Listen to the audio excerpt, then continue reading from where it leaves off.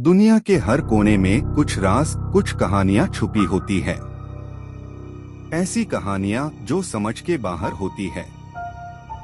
और हम आए हैं अन सीक्रेट्स को अनकवर करने, अन पाथ्स पार चलने, जहां से लोग वापस तो आते हैं, लेकिन कहते हैं अंधेरा उनके साथ चिपक कर आता है। स्वागत है डायनामिक डार्क में। स्वागत है एक ब्रांड न्यू हॉरर एपिसोड में। स्वागत है एपिसोड 66 में। मैं हूं आदित्य और आज हम लाए हैं 3 टेरिफाइंग हॉन्टेड स्टोरीज, जिसमें है असली भूत प्रेत, चुड़ैल और साइकोलॉजिकल डर का परफेक्ट ब्लेंड। नई कहानियां, नया हफ्ता और नया डर। पिछले एपिसोड 65 में हमने Indian urban legend horror stories explore की थी। अगर आपने मिस किया, लिंक डिस्क्रिप्शन में है, जरूर चेक करो। तो चलो शुरू करते हैं डरावना एपिसोड 66। अगर आप यहाँ नए हो तो लाइक, सब्सक्राइब और नोटिफिकेशन बेल ऑन करना मत भूलना। अगर आप डेयर करते हो देखने के लिए कि आगे क्या आने वाला है। आज हम एक्सप्लोर करेंगे 3 हॉन्टेड स्टोरीज, हर एक अपने तरीके से टेरिफाइंग। सबसे पहली कहानी कंकाल झील। आज की दूसरी कहानी है अलिया गोस्ट लेक्स। आज की आखिरी कहानी है चर बैट्टी रैन की भूतिया रोशनी। अच्छे एक्सपीरियंस के लिए अपने ईयरफोन्स या हेडसेट लगाओ। लेट द डार्कनेस, सस्पेंस और फियर आपको कंज्यूम करने दो। आप अपने रूम की लाइट्स ऑफ कर दो ताकि एकदम सिनेमैटिक या हॉरर एक्सपीरियंस माइल, क्योंकि ऐसा एक्सपीरियंस सिर्फ डायनामिक डार्क पार ही मिलेगा। उत्तराखंड के ऊंचे हिमालय में एक हिमनदी झील है जिसे लोग कहते हैं कंकाल झील। हर गर्मी जब बर्फ धीरे धीरे पिघलती है, यहाँ कंकाल बिखरे हुए मिलते हैं, कुछ पानी के भीतर, कुछ किनारे पर। वैज्ञानिक कहते हैं कि ये सदियों पुराने हैं और कोई नहीं जानता कि इतने लोग एक साथ कैसे मरे। स्थानीय लोग कहते हैं कि झील के आसपास कुछ भयानक शक्तियां हैं। रात के समय अगर कोई झील के पास जाता है तो हल्की आवाजें और छायाओं का अजीब खेल उसे घेर लेता है। हवा का चलना, पानी की सरसराहट और दूर से सुनाई देने वाली फुसफुसाहट, ये सब मिलकर झील के वातावरण को और डरावना बना देते हैं। कुछ लोग कहते हैं कि झील के पास कभी कभी छायादार महिला आकृति भी दिखाई देती है। उसके लंबे नाखून, फटे और खून लगे कपड़े केवल धुंध में झलकते हैं। लगता है जैसे कोई पहाड़ी चुड़ैल झील के रहस्यों की रक्षा कर रही हो और हर आगंतुक की हरकत को देख रही हो। एक कहानी है कि कई साल पहले कुछ साहसी लोग झील के किनारे गए थे।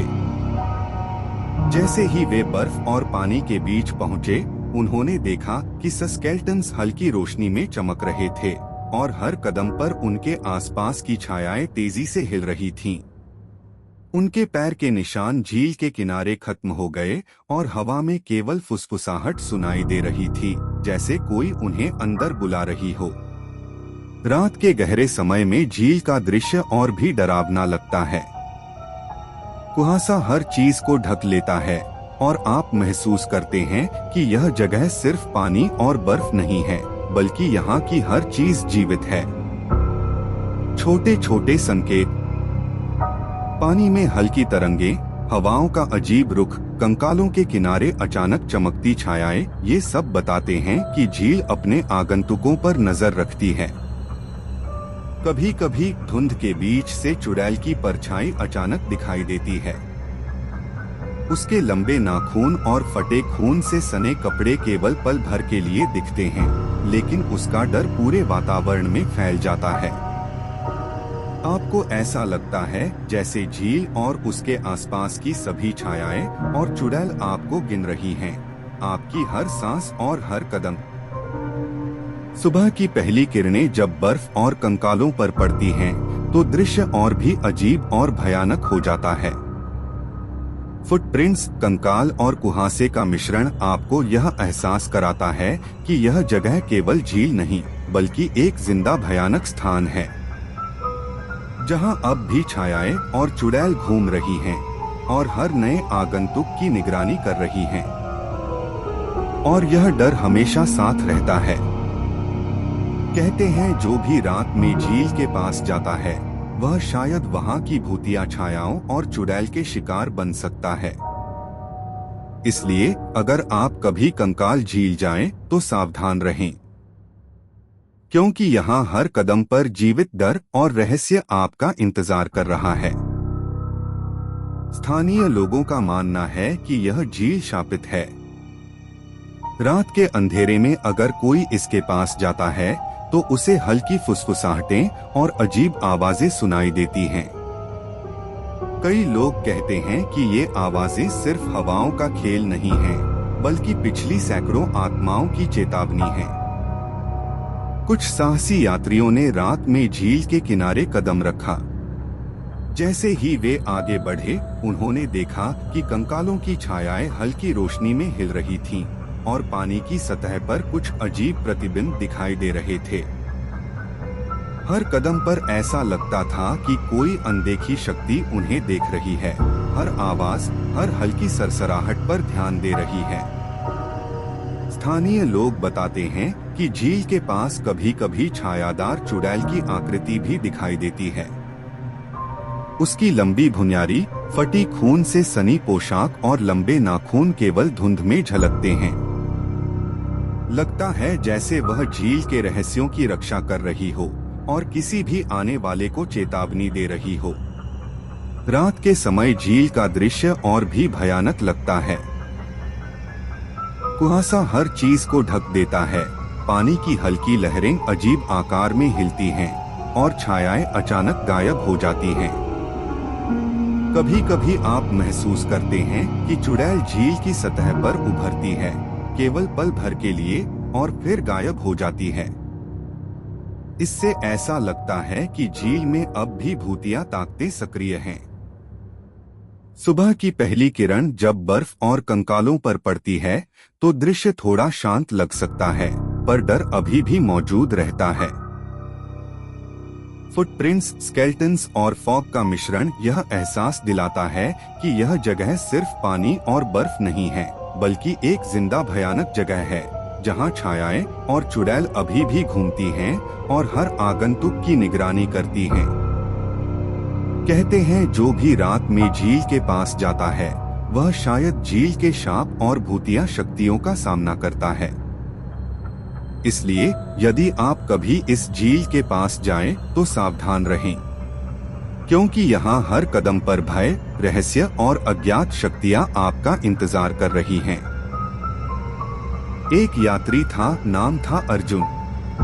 उसे रहस्यों में गहरी दिलचस्पी थी। लोगों की चेतावनियां, लोक कथाएं और डरावनी कहानियां, ये सब उसे रोकने के बजाय और आगे बढ़ने पर मजबूर कर देती थीं। जब अर्जुन कंकाल झील पहुंचा तब सूरज ढल चुका था। चारों तरफ सन्नाटा था। हवा ठंडी थी और झील के ऊपर हल्का कुहासा तैर रहा था। किनारे पर पड़े कंकाल चांदनी में साफ दिख रहे थे, जैसे वे किसी का इंतजार कर रहे हों। अर्जुन धीरे धीरे झील के पास गया। जैसे ही वह पानी के करीब पहुंचा, उसने देखा कि पानी में दिखने वाले प्रतिबिंब सामान्य नहीं थे। उसकी परछाई वैसी नहीं हिल रही थी जैसे उसे हिलना चाहिए था। कभी वह देर से हिलती, कभी अचानक रुक जाती। उसने एक कदम और आगे बढ़ाया। तभी उसे महसूस हुआ कि परछाइयां उसकी हर हरकत की नकल कर रही हैं। लेकिन एक अजीब अंतर था। वे परछाइयां उसे एक पल पहले नहीं, बल्कि एक पल बाद नहीं, एक पल पहले दोहराती थीं। अर्जुन का दिल तेज धड़कने लगा। हवा अचानक रुक सी गई। चारों तरफ सन्नाटा और गहरा हो गया।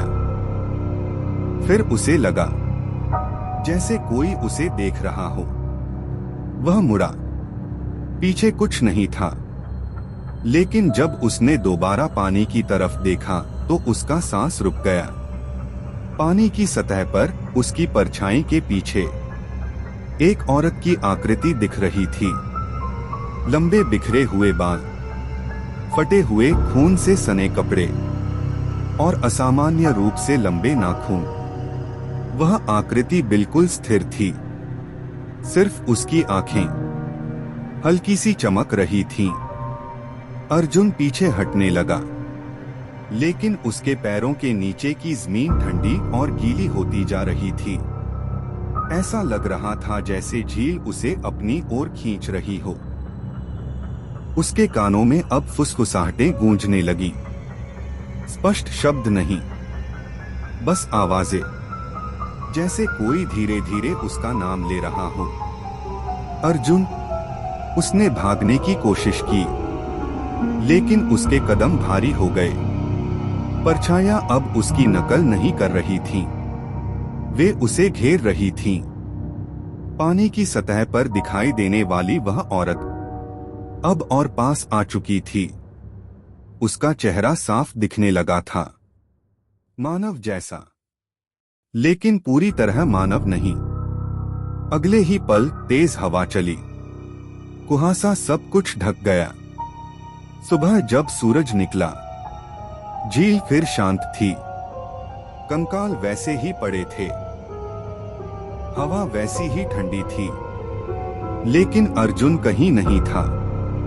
सिर्फ उसके पैरों के निशान थे, जो झील के किनारे तक जाते थे और वहीं पर खत्म हो जाते थे। स्थानीय लोग आज भी कहते हैं, कंकाल झील सिर्फ मरी हुई यादों की जगह नहीं है, यह उन लोगों को भी अपने भीतर समा लेती है, जो उसके रहस्यों को बहुत करीब से देखने की कोशिश करते हैं। रात अब पूरी तरह गहरी हो चुकी थी।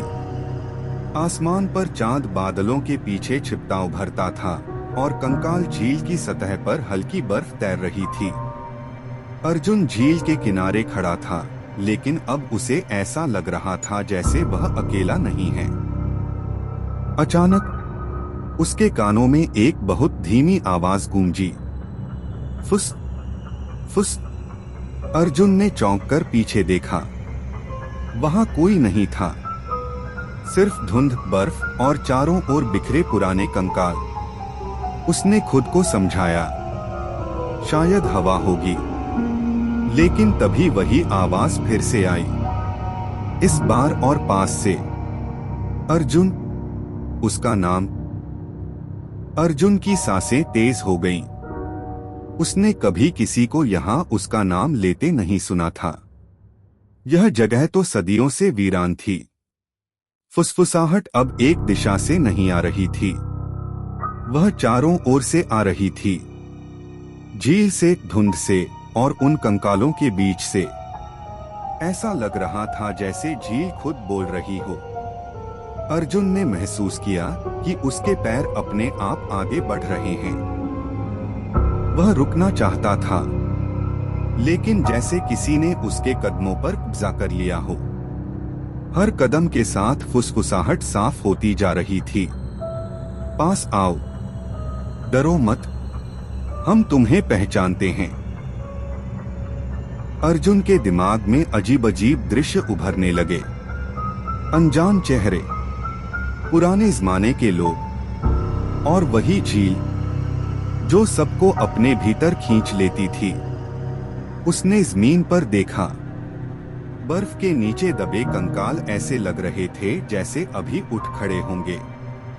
कुछ खोपड़ियां झील की ओर घूमी हुई थीं, मानो वे अर्जुन को देख रही हों। अचानक हवा बिल्कुल थम गई।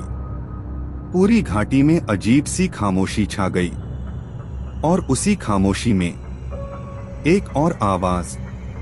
इस बार फुसफुसाहट नहीं थी, यह एक औरत की धीमी, खिंची हुई आवाज थी, तुम लौट नहीं पाओगे।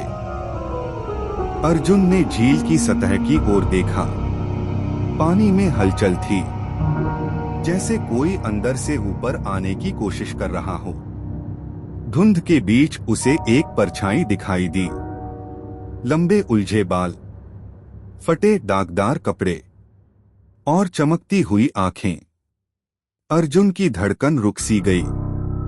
झील की फुसफुसाहट अब आदेश में बदल चुकी थी। एक कदम और, बस एक कदम। उसके पैर झील के किनारे पहुंच चुके थे। ठंडी हवा अब सीधे उसकी हड्डियों तक चुभ रही थी।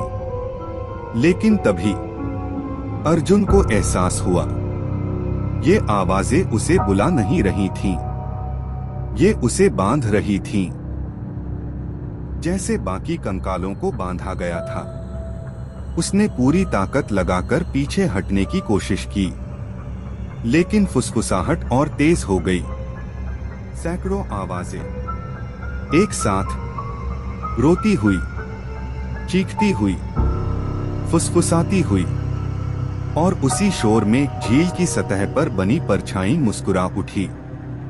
अर्जुन समझ चुका था, कंकाल झील सिर्फ मौत की जगह नहीं है, यह एक बुलावा है, और जो इसे सुन ले वह कभी पूरी तरह वापस नहीं आता। सुबह होने पार जब पहाड़ों पर हल्की रोशनी फैलने लगी, कुछ गांव वाले झील की तरफ पहुंचे।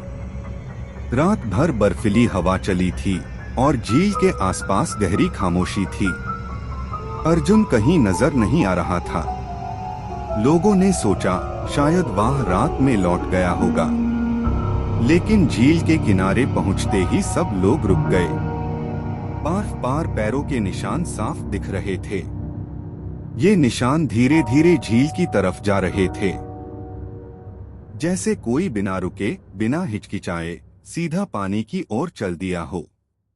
पर एक बात अजीब थी, कहीं भी पलटने के निशान नहीं थे। ना भागने के, ना फिसलने के, ना उलझन के, बस सीधे कदम। और फिर झील के पानी के अंदर जाकर अचानक खत्म। गांव वालों ने अर्जुन को पुकारा, उसका नाम बार बार लिया, पर जवाब में सिर्फ हवा की आवाज थी और झील की गहरी खामोशी। कुछ लोगों ने कहा रात को उन्होंने दूर से किसी को झील के पास खड़े देखा था। किसी ने कहा पानी के ऊपर हल्की लहरें हिल रही थी बिना हवा के। और कुछ ने ये भी कहा कि सुबह के अंधेरे में पानी पर एक पाल के लिए परछाई सी उभरी थी, जो धीरे धीरे झील के अंदर समा गई। खोज हुई, दिन भर सर्च चला, पर अर्जुन का कुछ भी नहीं मिला।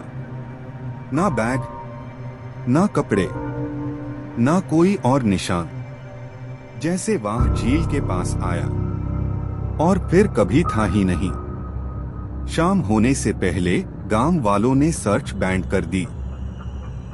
कोई भी रात को वहां रुकना नहीं चाहता था। उस दिन के बाद रूपकुंड झील फिर से वैसे ही शांत हो गई, जैसे कुछ हुआ ही ना हो। लेकिन जब भी बर्फ पिघलती है और पुराने कंकाल दिखाई देते हैं, लोग कहते हैं कभी कभी अनमेन एक नया जोड़ा भी शामिल होता है। और अगर रात के वक्त झील के पास कोई अपना नाम फुसफुसाता सुन ले, तो समझ लेना चाहिए झील अब भी किसी का इंतजार कर रही है। आज भी रूपकुंड झील के पास रहने वे लोग रात के बारे में बात करना पसंद नहीं करते। दिन के उजाले में सब कुछ शांत और आम लगता है। बर्फ, पहाड़ और एक छुपछाप झील। लेकिन जैसे ही सूरज पहाड़ों के पीछे छुप जाता है, इस जगह का माहौल बदलने लगता है। स्थानीय लोग कहते हैं रात के अंधेरे में झील के पास जाना ठीक नहीं। इसलिए नहीं कि वहां ठंड ज्यादा होती है, बल्कि इसलिए क्योंकि रात को झील जाग जाती है। कई लोगों का कहना है अंधेरे में कभी कभी ऐसी आवाजें सुनाई देती है, जैसे कोई धीरे धीरे किसी का नाम ले रहा हो। बहुत हल्की, लेकिन इतनी पास की लगता है जैसे कोई बिल्कुल पीछे खड़ा हो। कुछ लोग कहते हैं उन्होंने झील के किनारे परछाइयां हिलती हुई देखी है। ये परछाइयां किसी इंसान जैसे दिखती है, लेकिन जब ध्यान से देखो तो उनके पैर बर्फ को छूटे ही नहीं। गांव के बुजुर्ग बताते हैं जो लोग रात में झील के पास रुक गए, अनमेन से कई सुबह तक नजर ही नहीं आए। ना उनकी चीख सुनाई दी, ना कोई निशान मिला, सिर्फ झील और उसकी गहरी खामोशी। कहते हैं जो लोग यहाँ मरदा, उनकी आत्माएं अब भी यही भटकती है। उनके शरीर बर्फ के नीचे मिल जाते हैं, लेकिन उनकी कहानी कभी पूरी नहीं होती। कभी कभी जब हवा अचानक थम जाती है और झील का पानी बिना वजह हिलने लगता है, लोग समझ जाते हैं कोई नजर आ गया है। लोग मानते हैं झील किसी को तुरंत नुकसान नहीं पहुंचती, वो पहले बस देखती है, परखती है, इंतजार करती है। अगर आपने उस अंधेरे में पीछे मुड़कर देख लिया, अगर आप रुक गए, तो फिर आगे बढ़ने की हिम्मत शायद कभी ना बचे। आज भी जब बर्फ पिघलती है और पुराने कंकाल दिखाई देते हैं, लोग चुपचाप सर झुका लेते हैं। कोई तस्वीर नहीं लेता, कोई ज्यादा देर तक नहीं देखता, क्योंकि यहाँ देखना महंगा पड़ सकता है। और जो लोग कहते हैं कि ये सिर्फ कहानियां हैं, गांव वाले उनसे सिर्फ इतना कहते हैं, दिन में जाओ तो ठीक है, पर रात में झील के पास मत रुकना, क्योंकि जो एक बार रात के अंधेरे में उस फुसफुसाहट को सुन लेता है, वो फिर कभी पूरी तरह वापस नहीं आता। आज की दूसरी कहानी हमें ले जाती है सुंदरबन के घने मैंग्रोव दलदलों में, जहां रात के अंधेरे में सब कुछ शांत और गहरा लगता है। दलदल के बीच से हल्की सी हवा चलती है जो पैटर्न को हिलाती है और पानी पर हल्की लहरें बनती है। लेकिन सबसे अजीब चीज है, पास पास कोई नहीं, फिर भी कहीं से हल्की रोशनी दिख जाती है। स्थानीय लोग कहते हैं कि ये रोशनी अलिया, डूबे हुए मछुआरों की आत्माओं का प्रकाश है। रात के अंधेरे में जब कभी कोई उनके सामने से गुजर जाता है, तो ये रोशनी धीरे धीरे उनका पीछा करती है, लेकिन कभी समझ नहीं आता कि ये कहां से आई और कहां जा रही है। कई बार मछुआरों ने बताया कि ये रोशनी कभी लाल, कभी नीली, कभी पीली लगती है, और ये रंग पाल पाल बदलते रहते हैं, जैसे उनका अपना जीवन हो। लोग कहते हैं जो भी इस रोशनी के पीछे चला जाता है, वो अक्सर खो जाता है। दलदल के घने रास्तों में, जहां पानी का रास्ता और दरख्त एक दूसरे में घुल जाते हैं, रोशनी ऐसे हिलाती है, ऐसे खींचती है, जैसे कोई छुपा हुआ हाथ इंसान को खींच रहा हो। रात के बीच जब पूरी घाटी शांत होती है, कभी कभी ये रोशनी एक साथ सब जगह दिख जाती है। छोटे छोटे चमकते टुकड़े, जहां एक भी रोशनी का सोर्स नहीं होता। स्थानीय लोग कहते हैं कि ये सिर्फ मनुष्यों को भटकने के लिए नहीं है। ये रोशनी उनकी कहानियों, उनकी यादों, उनकी दुख भरी जिंदगी को भी दिखाती है। जैसे कहती हो, यहाँ से मत जाओ या हम तुम्हें अपना बना लेंगे। और जब कोई अनजान यहाँ आता है पानी के किनारे से चलकर, तो कभी रोशनी इतनी नजदीक आ जाती है कि इंसान को लगता है कोई उसके सिर्फ एक कदम पीछे है। हल्का सा दृढ़ प्रदर्शन, पर फिर उसका रंग धुंधला हो जाता है और वो खो जाती है। रात के अंदर दलदल के बीच में हल्की उसफुसाहट भी सुनाई देती है, कभी पानी की लहरों में, कभी पैटर्न की खराश में, और वो उसफुसाहट ऐसा लगती है जैसे कोई पुरानी कहानी सुना रहा हो। स्थानीय लोग कहते हैं जो भी इस रोशनी के साथ रात गुजर दे, वो सुबह तक वापस नहीं आता, या FIR वापस आता है, लेकिन पूरी तरह बदल चुका होता है। और इसीलिए सुंदरबन के दलदलों की रात के अंधेरे में चलना सिर्फ हिम्मतवेल हाय करते हैं और उनकी कहानियां हमेशा सबको दारा देती है। सुंदरबन के घने मैंग्रोव दलदलों में मछुआरे रात के अंधेरे में छुपकर काम करते हैं। उनके अनजाने चेहरे पर भी डर का रंग होता है, क्योंकि उन्होंने बहुत सारी अजीब चीजें देखी है। मछुआरे कहते हैं अलिया लाइट्स को फॉलो करना बहुत खतरनाक है। जो भी इस रोशनी का पीछा करता है वो अक्सर घरे दलदल के बीच में फंस जाता है, जहां से लौटना मुमकिन नहीं होता। रात के समय पानी के ऊपर छोटी छोटी चमकते टुकड़े हल्की सी लहरों के साथ हिलते हैं, जैसे किसी ने हाथ हिला दिया हो। ये रोशनी अपनी मनमानी करती है, कभी एक तरफ कभी दूसरी तरफ, और जो लोग इसके पीछे चल पड़े उनका रास्ता कभी सीधा नहीं रहता।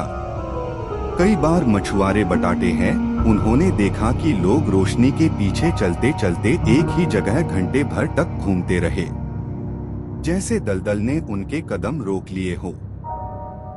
पानी और पेड़ों के बीच रास्ते एक दूसरे में घुल गए और इंसान को समझ नहीं आता कि कौन सा रास्ता असली है। रोशनी कभी कभी इतनी नजदीक लगती है कि लगता है कोई अनसीन प्रेजेंस पीछे खड़े है, पर जब देखो वहां सिर्फ धुंध और पानी होता है। और ये धुंध कभी इतनी गहरी हो जाती है कि आदमी का दिमाग कंफ्यूज हो जाता है। मछुआरे हमेशा कहते हैं अगर आप रात के अंधेरे में अलिया लाइट्स को फॉलो करते हो तो पानी के किनारे और दलदल के बीच में खुद को खो देंगे। रोशनी सिर्फ आपका रास्ता बदलती नहीं, वो आपको दिखाती भी है और आपके दिमाग में डर का बिजली गिरा देती है। कई लोग कहते हैं कि रात के बीच उन्होंने एक हल्की परछाई देखी, जैसे कोई पुरानी आत्मा उन्हें ऑब्जर्व कर रही हो। और जैसे ही वो परछाई गई, अलिया लाइट्स एकदम तेज हो गई और फिर धीरे धीरे घाट से दूर चली गई। स्थानीय लोग वार्न करते हैं अगर आपने रात के अंधेरे में इस रोशनी के पीछे चले जाओ तो दलदल के बीच में आपका रास्ता कभी वापस नहीं मिलेगा। और जो लोग लौट के आए हैं उन्होंने बताया कि उनके कदम पहले जैसे चल रहे थे, लेकिन उनका दिमाग, उनकी आंखें और दिल सब कुछ बदल चुका था। उन्होंने रोशनी को फॉलो किया, पर उनका अंदर का हाल हमेशा के लिए बदल गया। इसलिए मछुआरे कहते हैं रात के अंधेरे में अलिया लाइट्स से दूर रहो, वरना दलदल अपने रास्ता दिखाकर कभी वापस नहीं जाने देगा।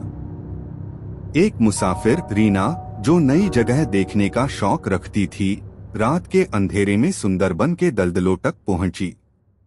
उसने मछुआरों की चेतावनी सुनी थी, लेकिन उसकी जिज्ञासा ज्यादा तेज थी।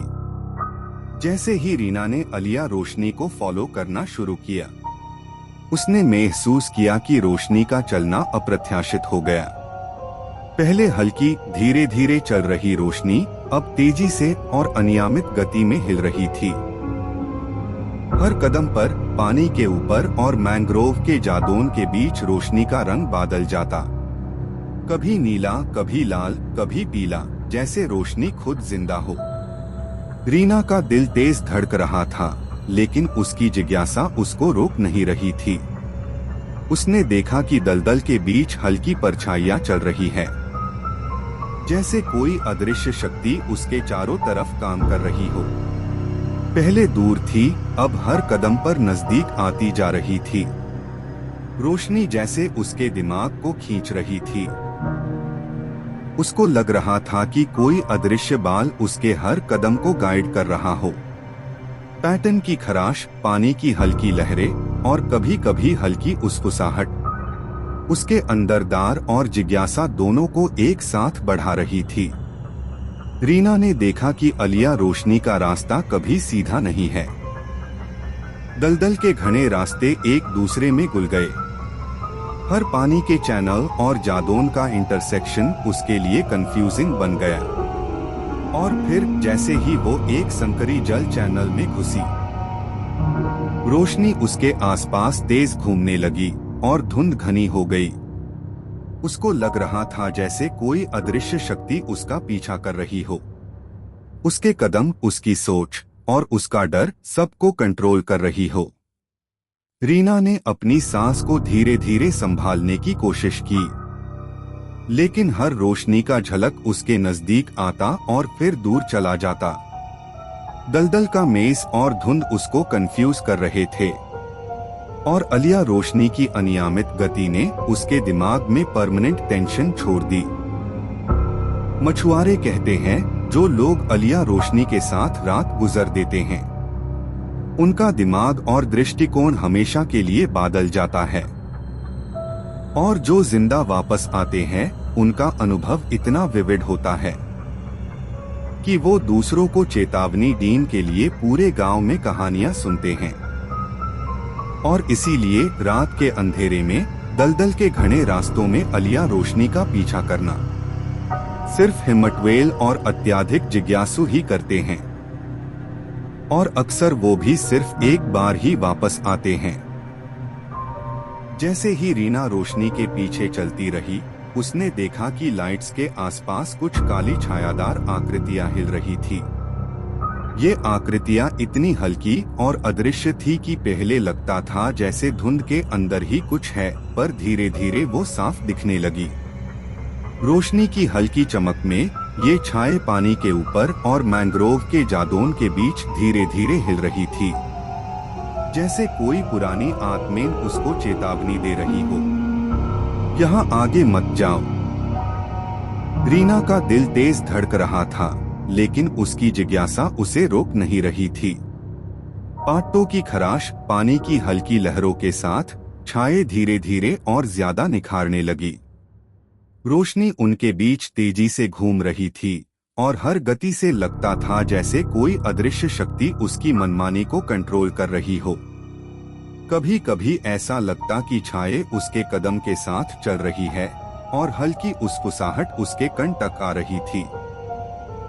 रीना को ऐसा महसूस हुआ जैसे कोई अदृश्य बाल उसके पीछे है, उसके हर कदम को देख रहा है।